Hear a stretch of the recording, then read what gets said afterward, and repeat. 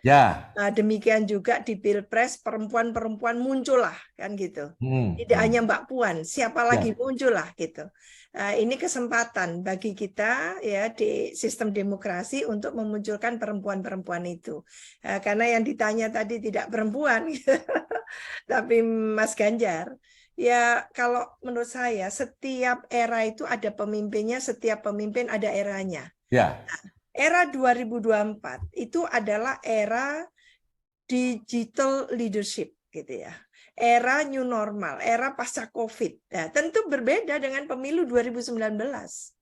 Nah, maka yang diinginkan apa? Tidak sekedar pemimpin yang egalitarian, tapi pemimpin yang rasional, yang cerdas, pemimpin yang mampu menunjukkan gitu ya, istilahnya kepemimpinannya tadi itu baik di level nasional maupun ASEAN maupun global kan itu. Jadi ada kebanggaan dari orang-orang muda yang ceritanya itu sekitar hampir 60% nanti itu adalah Ya. pemilihnya 40 tahun ke bawah kan gitu. Ya. Nah, ini yang harus ditawarkan. Lah, apakah Mas Ganjar menunjukkan ciri-ciri itu sehingga digandrungi kan gitu. Ya. Sehingga menimbulkan animo kan gitu.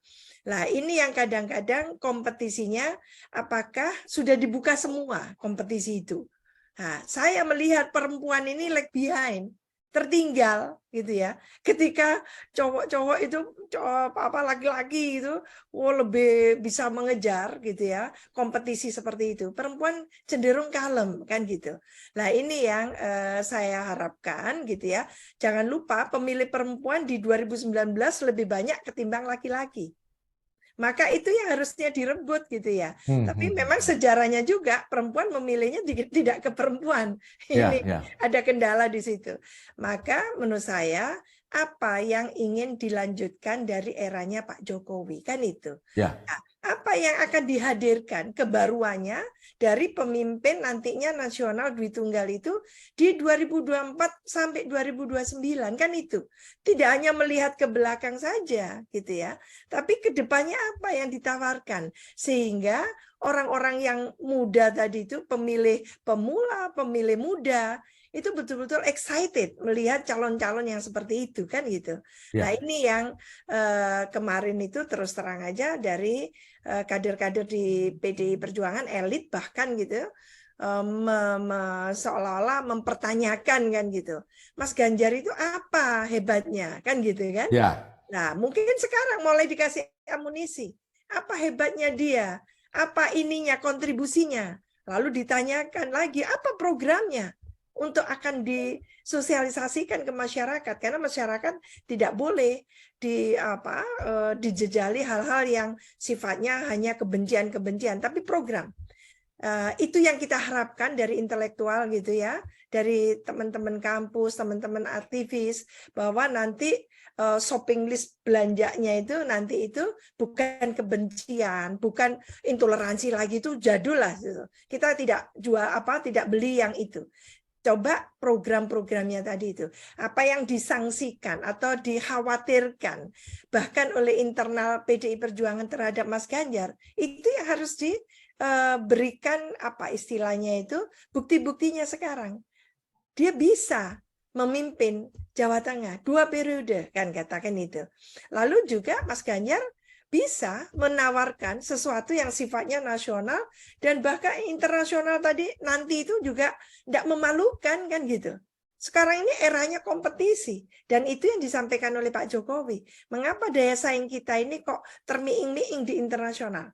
Lah di situ pemimpin nasional kita itu betul-betul memerankan di internasional, meyakinkan, mampu tidak hanya mengundang investor, tapi mampu meyakinkan bahwa kondisi hukum kita itu bagus dan sebagainya. Karena kuncinya itu untuk kompetisi daya saing dan sebagainya itu adalah ada certainty untuk penegakan hukum di Indonesia kan itu sebetulnya. Ya.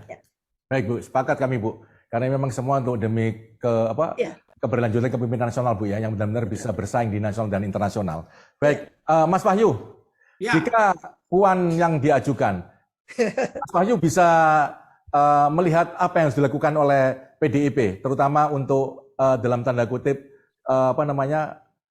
menjadi magnet bagi koalisi yang sudah ada? Ya, ini pertanyaan paling berat, ya kan?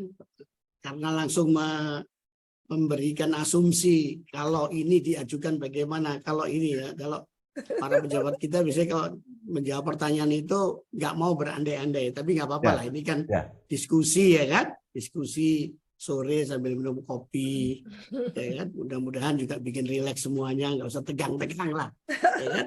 Jadi menurut saya itu sampai sejauh ini ya dari informasi yang saya dapat, bisik-bisik segala macam itu ya kuncinya bukan kuncinya ada dua figur lah yang akan disiapkan, nggak ada lain itu di PDIP. Yang satu ya tentu saja Ibu Puan Maharani, ya kan. Yang kedua Pak Ganjar Pranowo.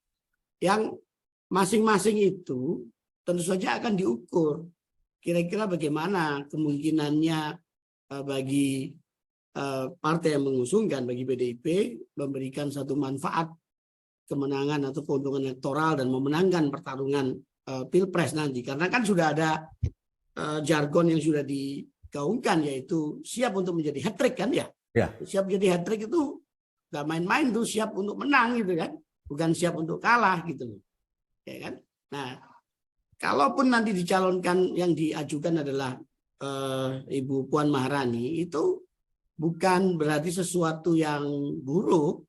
Kita jangan underestimate terhadap kepemimpinan beliau. Karena ya saya juga mengenal cukup dekat dan lama dengan Mbak Puan ini. Saya tahu bagaimana beliau itu dikader, didonder terus oleh sejak zaman Pak TK masih ada waktu itu ya. Dan mulai terbentuk lah sampai akhirnya menjadi ketua DPR, ya kan. Dan beliau juga dengan segala ketangguhannya, walaupun dibully di sana sini, ya kan, disalahpahami dan seterusnya, tapi dia tetap tegar, tetap teguh dan menjalankan apa yang diyakininya sebagai sesuatu yang baik dan benar untuk Republik ini. Jadi terhadap Puan Maharani pasti nilai plusnya juga ada, karena Trust Soekarno itu jadi kartu yang penting sekali, ya. Dan kalau memang siap untuk hat-trick, tapi di sisi lain juga saya juga dengar ada anggapan lebih baik, walaupun lebih baik kita kalah tapi terhormat, tetap bisa berdiri tegak, daripada menang tapi dalam kepura-puraan atau dalam kendali atau kontrol yang lain. Nah ini menarik sekali. Jadi Puan bagaimanapun selain masih ada peluang, walaupun terus terang juga agak berat, ya kan. Tapi secara konstitusi dia berhak untuk mendapatkan itu, seterusnya. Ya, nah sedangkan untuk Mas Ganjar, ya ini lagi-lagi dalam partai yang harus diakui ini sangat paternalistik, itu agak berat untuk dia mau nyempal berani sendiri gitu ya. Walaupun ditaksir di sana sini, sampai dari pertemuan di Harla NU di Sidoarjo tempo hari itu saya tanyakan, dia masih ngomong aku rawani Mas, aku rawani, aku nggak berani, ya kan? Kode berarti. Aku nggak berani. Ini juga satu sikap yang harus diberi acungan jempol untuk seorang Ganjar yang tidak serta-merta mentang-mentang mungkin diglorifikasi oleh pengikutnya, elektoralnya relatif masih terjaga nilai tingginya segala macam, tapi dia nggak mau meninggalkan Bu Megawati. Jadi kita lihat lagi lah. Tapi saya yakin at the end of the day, pada saatnya nanti Bu Mega itu pasti akan bersikap dan memutuskan secara rasional, secara mana yang kira-kira tanpa mengurangi sikapnya arif dan bijaksana. Itu Mas Trianto. Baik.